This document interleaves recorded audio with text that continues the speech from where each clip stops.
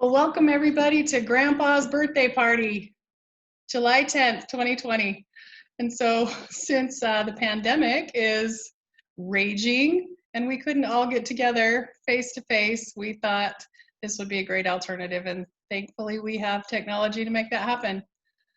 So we're going to record this for everyone and we can watch it for years and years and years to see Grandma and Grandpa there and all of our family. Thank you so much for everybody making the effort to be here. Love you guys all so much. So we want to honor Grandma and Grandpa today for his birthday, and we'll have him share some things at the end, but we wanted to have all of his kids and grandkids take a minute and remember some favorite memories of him, and so that he can hear how loved he is and how important he is to us. So we're going to go oldest to youngest, and so I guess that's me starting out. I'm the old one. I wanted to just tell Dad that I appreciated so much growing up that he played with us and that he took us on so many adventures. We went up to the canyon a lot. We stayed overnight and sometimes just had a cookout. He took us on horseback rides. And I was saying to Charlamane today, what a lot of work that probably was to saddle up 3 horses and take 2 little kids up in the mountains. And you don't know what horses are going to do all the time. And I don't know that I would have the guts to do that. And it was really a lot of effort that you made, but he wanted us to really love horses, and we do, and to love animals. It was really a privilege to grow up on a farm. I love that I'm a farm girl, and I loved riding on the tractor with you. But I thought about all the memories that I have of Dad, and there's so many. It was really hard to choose one, but today I remembered when I was 17 years old, my very first real boyfriend broke up with me, and I spent 3 nights crying in my room. And the 3rd night, my dad came into my room and he said, "Honey, it's breaking my heart to hear you cry." And so then he held me for a long time, just sat there and held me. And it meant a lot to me that he cared how I was feeling and he wanted to comfort me. And there really isn't anything you can say in those circumstances that make you feel better. And I think he knew that. So he just sat there and held me and let me cry. And I didn't cry any more nights after that. So thank you for being such a great dad. Love you so much. So you guys can go ahead and unmute when it's your turn to talk. And so Dave, I think you're up.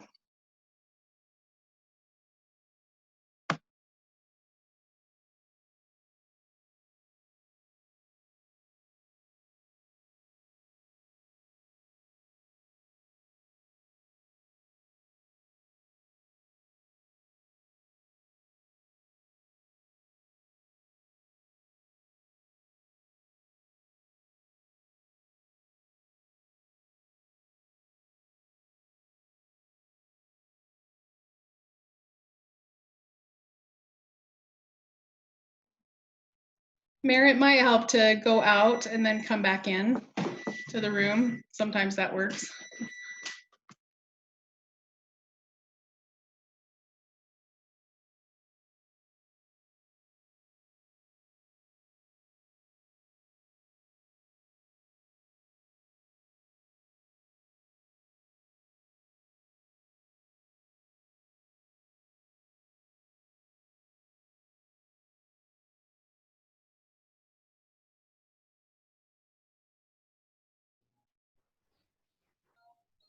Can you hear us now?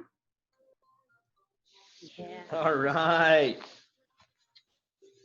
Well, sorry about that. So, I think, do you want to come and help me? Give me a pinch. Okay, come and help us. So I think the one thing that I always remembered is Dad would really teach us how to work hard but play hard. There's always that balance. And learning responsibility. I think, you know, I have lots of memories of going out to do chores and working in the garden, or Dad let me drive the tractor or the truck when we were hauling hay or doing something fun like that.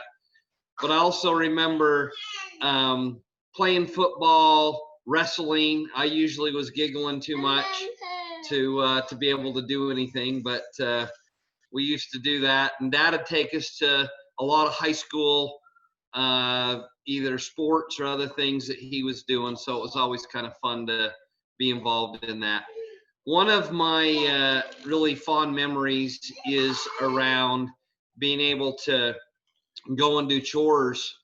And I didn't know at the time, but, you know, I've always kind of had this hangry kind of a thing with hypoglycemia where, you know, if I didn't eat, you know, life's pretty miserable, especially for everybody else.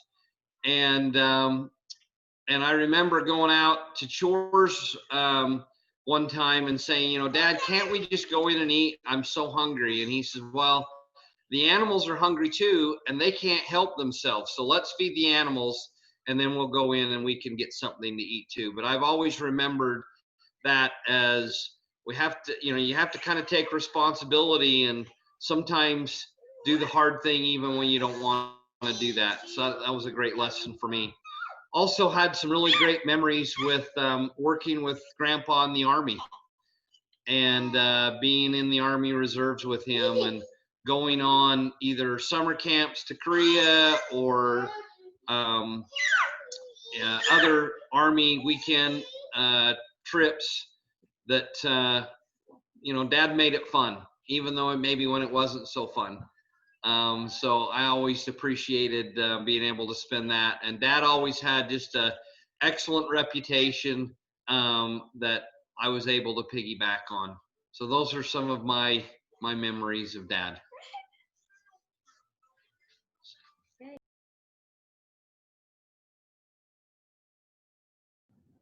Am I up? Okay. Well, Grandpa, I got to spend a lot of time with you when I was younger, like 3 to 6. We lived at your house, and I loved it. And I remember I always wanted to be a cowboy, and I dressed up like a cowboy, and it was because of all the Westerns we got to watch. And then I got to go and help feed the horses too. And I think my favorite part of that memory is every time we would go to the horses, whatever route we took, there must have been like a skunk farm, because I remember singing the song, Dead Skunk in the Middle of the Road. I remember 20 times we sang that song. And so every time I smell a skunk, I start singing it in my car. So I want to pass that down because I thought that was the funnest. So that was my memory. Let's see, I guess it's my turn now. So I remember going to Grandma and Grandpa's, and I remember they had that old cutout tire swing, and Grandpa would push us in it. We'd always beg him to push us in it, and it would go so high, I always would get scared that I would flip over the bars, which now that I'm an adult, I know that would never happen. But I loved when Grandpa would push us in the swing, and he always made sure that we would play and have fun. Hey, come here, go sit with Daddy.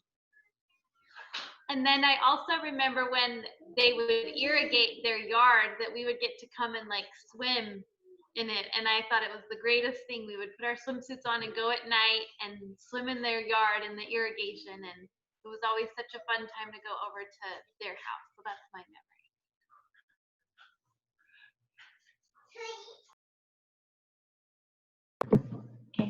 Okay, I guess now it's my turn. There's a lot of memories to choose from.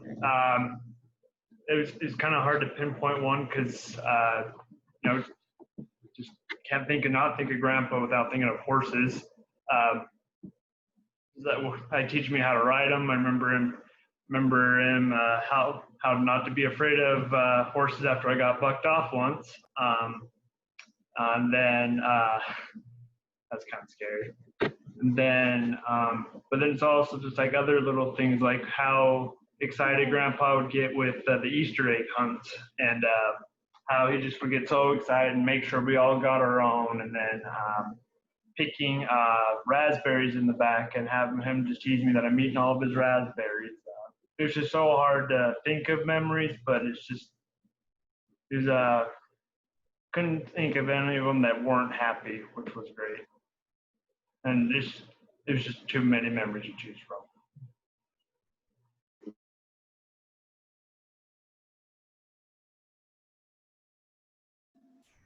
There we go. No, I agree. I've got a ton of memories with Grandpa, whether it be going and helping with chores where he'd give me a hammer and we'd go out to the garage and I'd find those little like seed pods from the trees and just start pounding those with the hammer and thinking I was the coolest person ever to be helping Grandpa with chores. But I think for me, the one that I can remember like it was yesterday, I might have been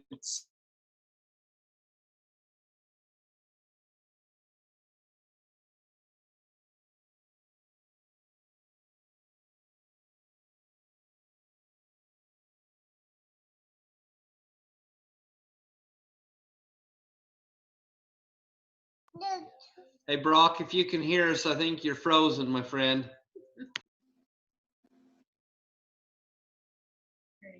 okay. Am I back? Can you hear me now? All right.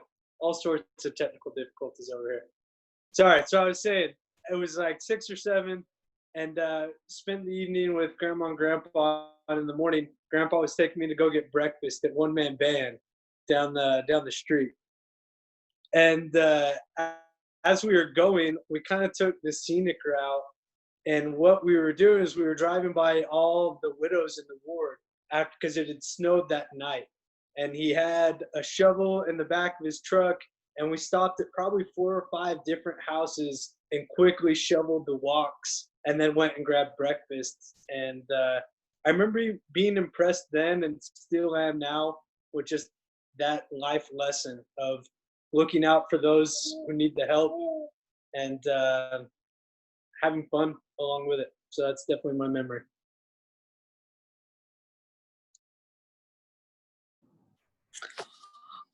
So I've been trying to think of memories all week.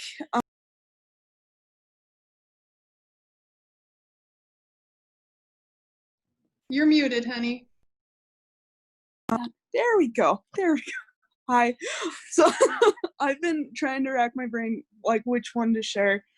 I remember eating at breakfast at Grandpa's. He would have his pile of vitamins and be like, "Kid, this one's the brown sugar. This one's the powdered sugar." And I for real thought it was real powdered sugar and brown sugar. And then all the times that he took me horseback riding and teaching me to care for him. And then I remember once when I think I was like 12 or 13 and Grandpa let me drive the red truck when we were in Tabiona. And I was scared out of my mind. He was like, "I trust you, you got it." And because he was riding his horse behind, we were bringing it back to the house. And so I drove the truck down and I was terrified the entire time, but I knew Grandpa wouldn't let anything happen. So I always loved that.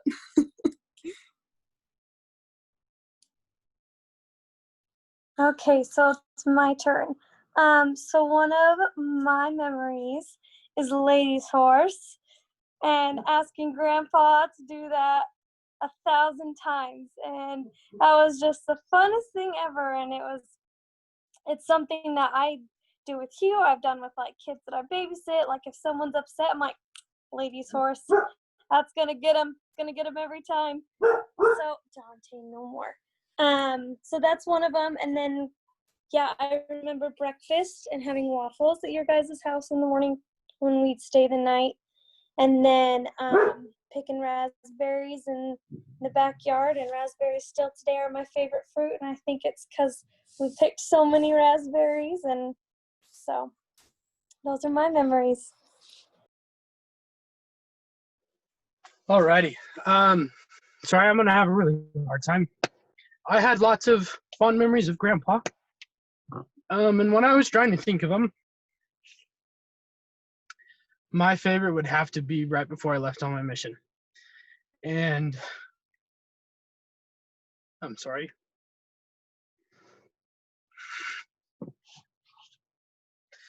The most important thing Grandpa told me to remember when I was out there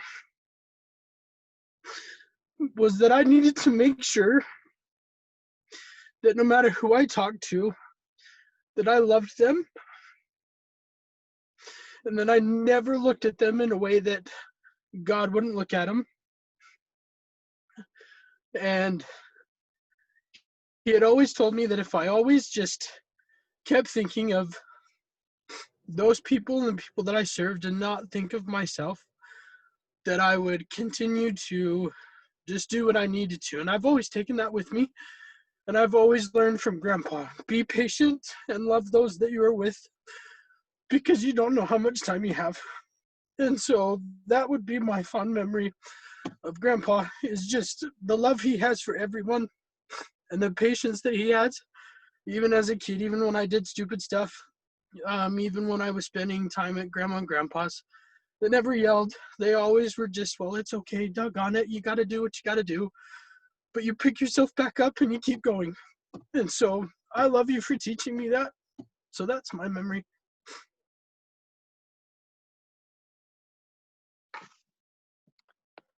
Okay, so it's my turn now. And because I'm the youngest, a lot of mine were stolen.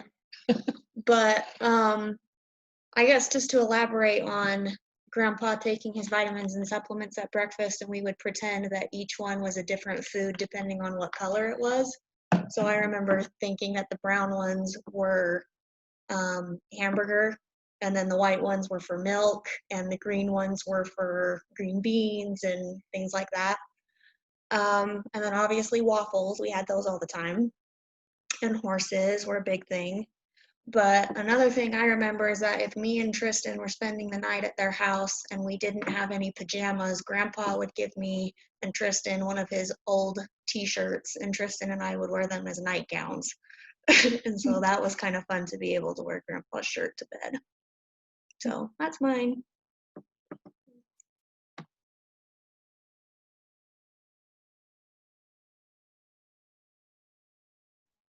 I loved hearing everybody's memories. So good. Okay, Mom and Dad. Dad, it is your turn. Do you know how to unmute? You want me to do it for you?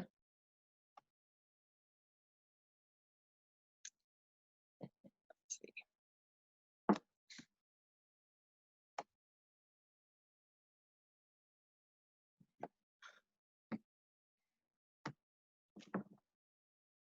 Okay. Okay, there you go.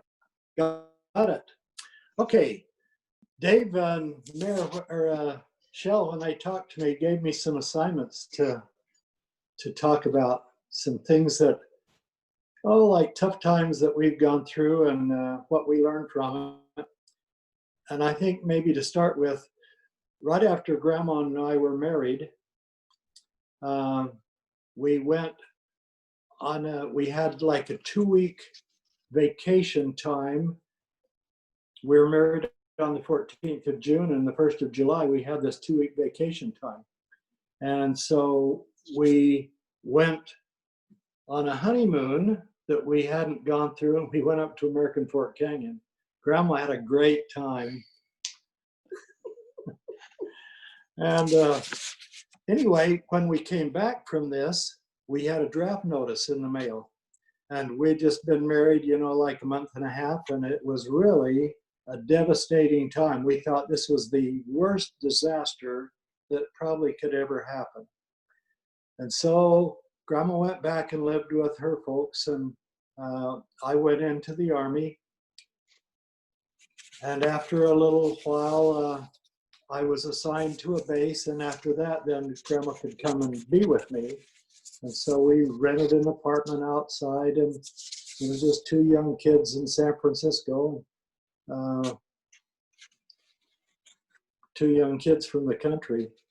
So that was big city for us. And anyway, that ended up being such a great blessing, which we thought was the worst disaster that could ever happen to us.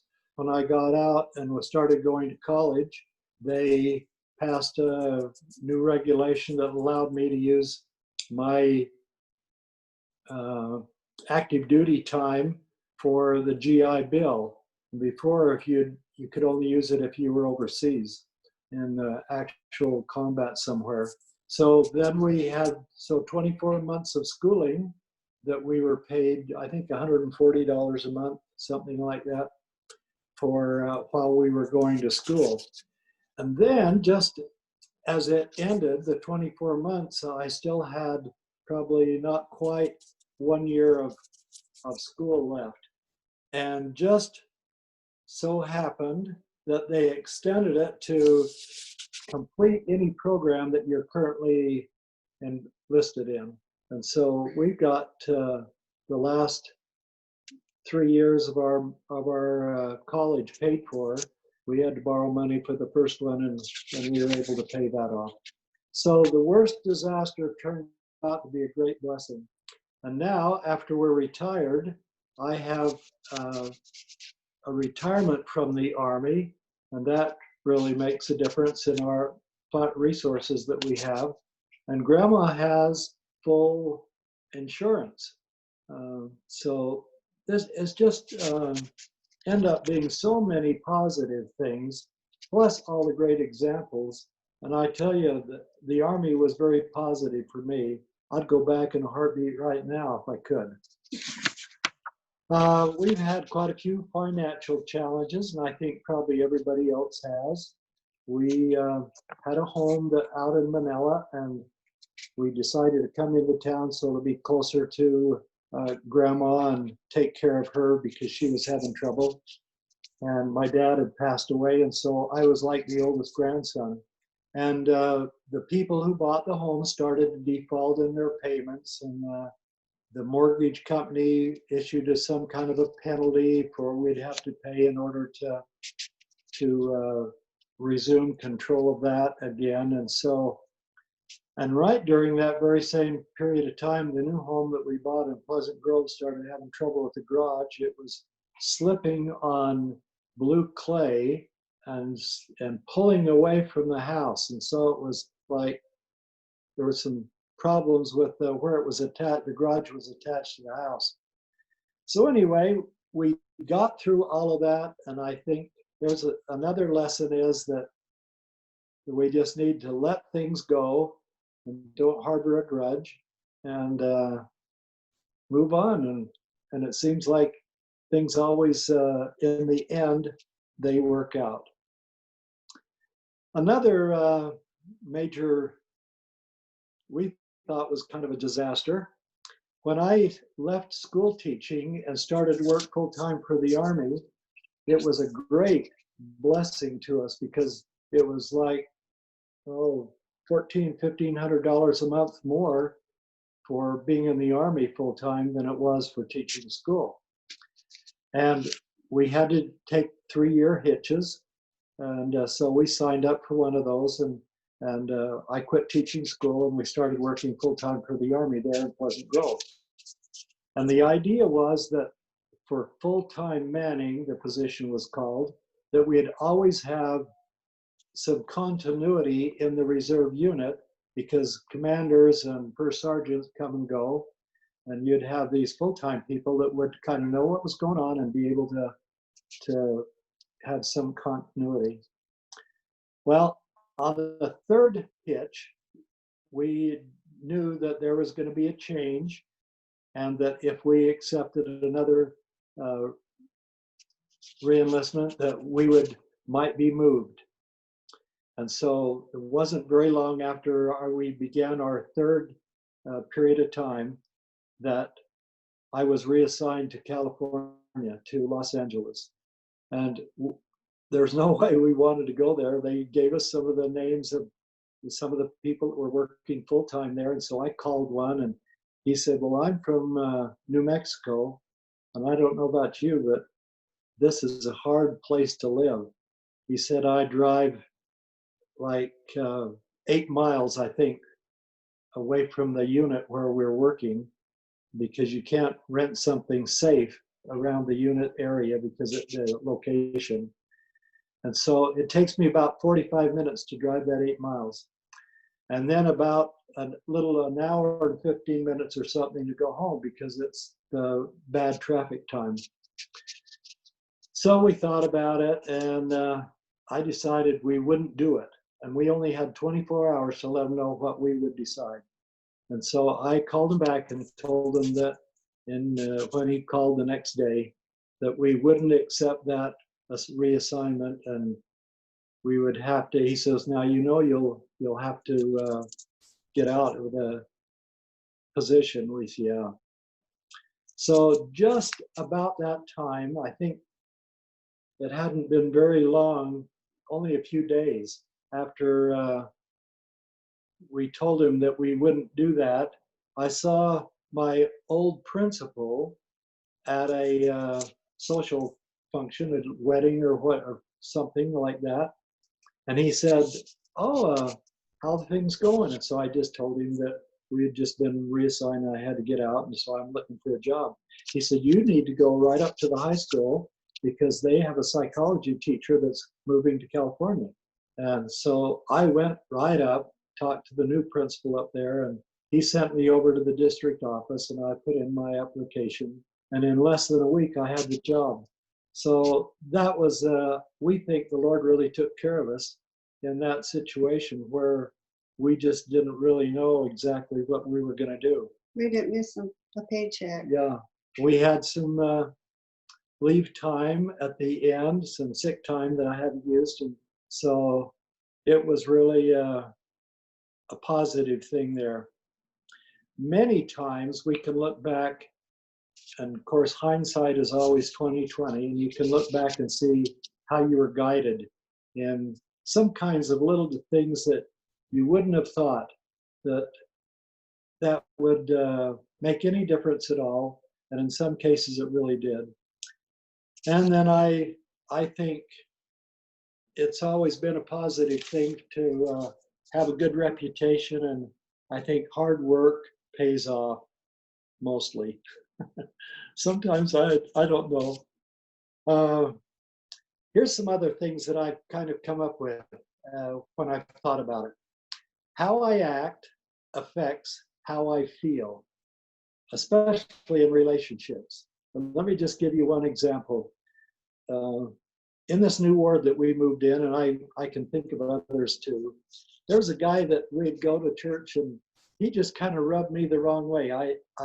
How in the world could anybody even like this guy? And but I realized that that's not very Christian and not very positive, and I was the one that was miserable, not him. So I started just saying hi to him and being more friendly, and pretty soon I felt more friendly. And I think that is a key. I can give you one more example. We had the long time before the Fawns, when I worked at Sparrow Utah Company after high school, I went to a training course, and then after the training course, I was hired by Sparrow Utah Company to work as a mechanical inspector and a precision inspector. And so we had a guy working just across the aisle from us in the electrical side that was just cool like Fawns, combed his hair, just, he had all the hair, and he dressed neat. We were all wearing Levi's and t-shirts, and he was wearing a sport shirt and a nice, like Dockers or something like that. Well, everybody made fun of him because he was such a cool guy, and they would like throw something up at him, and then while it was in the air, they'd yell his name, and he'd look up and it was coming toward him, thinking that he would get all flustered and lose his cool. He didn't. He would just kind of move back just a little bit, move his head. It would just barely miss him. He was just he'd been acting so long in that role that it was part of him. He had learned just how to get along. I also learned that I can get along with nearly anybody if I try. And I think that's the part I have to try. I've also learned, because I wasn't a great student in high school, I'd take my algebra book home because I nearly always had algebra assignments every night. And I'd take my book home and put it on the little nightstand there, and then pick it up in the morning and take it to school again, never having done any of those things. And so my grades weren't that great in algebra. But I've learned after that that I could, if I knuckled down and really tried, I could learn anything I wanted to. And so I think that attitude is as important as aptitude. And a can-do point of view is something that really will work for you.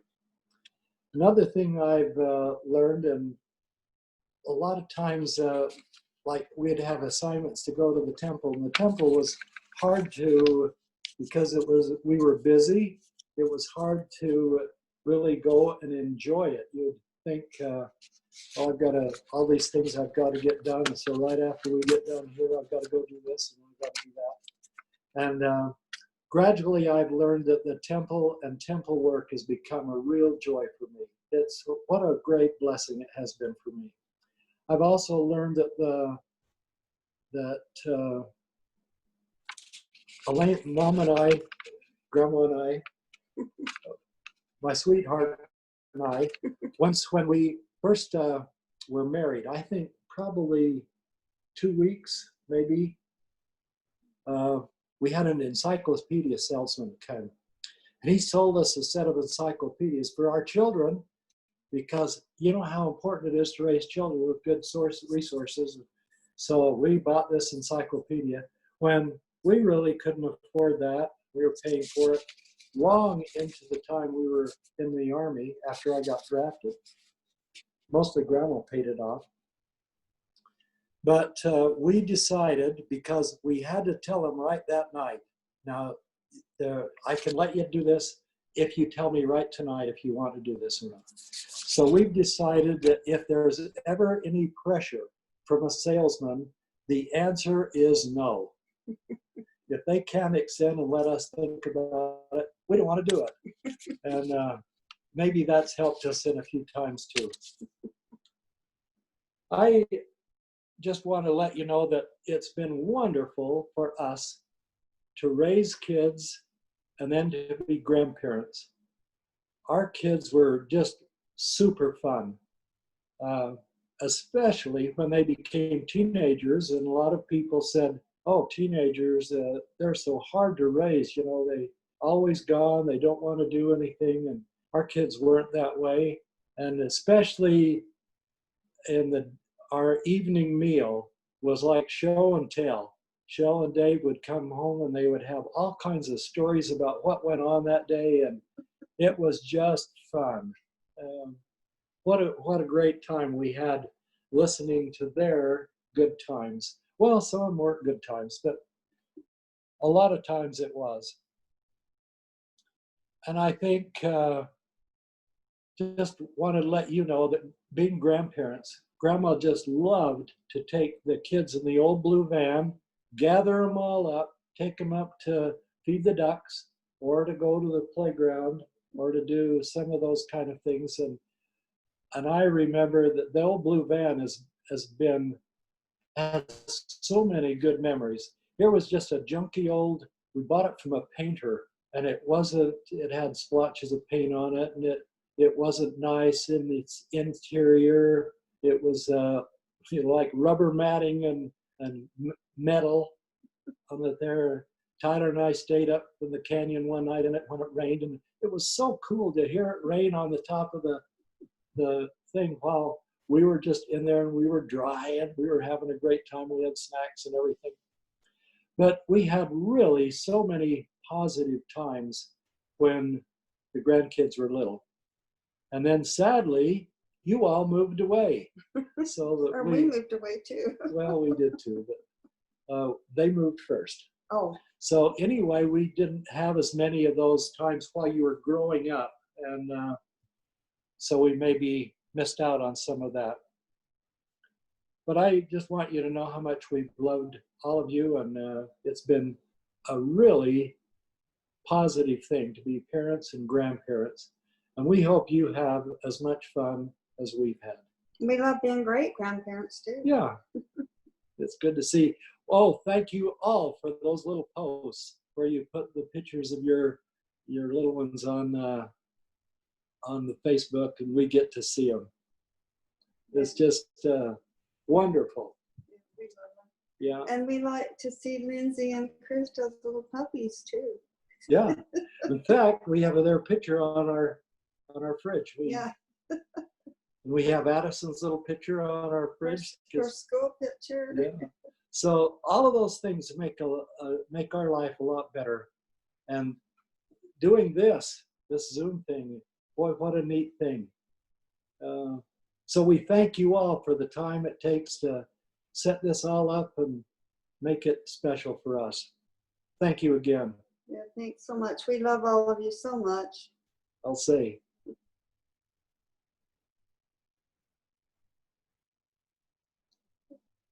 Okay. Well, how about if we do a round of happy birthday to Grandpa? Oh, I think that's a great idea. Yeah. Oh. So and you have to do more than just move your mouth, okay? Singing. Okay, here we go. All right, Shell, you can sing. I can't. So go ahead and start us off. Happy birthday to you. Happy birthday to you. Happy birthday, dear Grandpa. Happy birthday to you. Thank you. Beautiful. Gorgeous. Happy birthday. Well, we've had a great day. All my brothers came down and we met in Cedar City. And also I went on a horseback ride for many years, 20 years, 25 years, maybe longer. I've said, I hope I can still ride when I'm 80. And so I got on the horse and rode today and got him a picture taken so I can verify that. And he invited me back when I was 90. Awesome. I love it. Yeah. It's so good to see all of you. Gosh, you just all look so good and just love you all so much. Yeah, this has been wonderful. This was such a great idea. Yeah, good idea. Thank you all. Thanks, all of you. Thanks. You guys. Love you. Love you all. Have a great night. Bye. Bye-bye.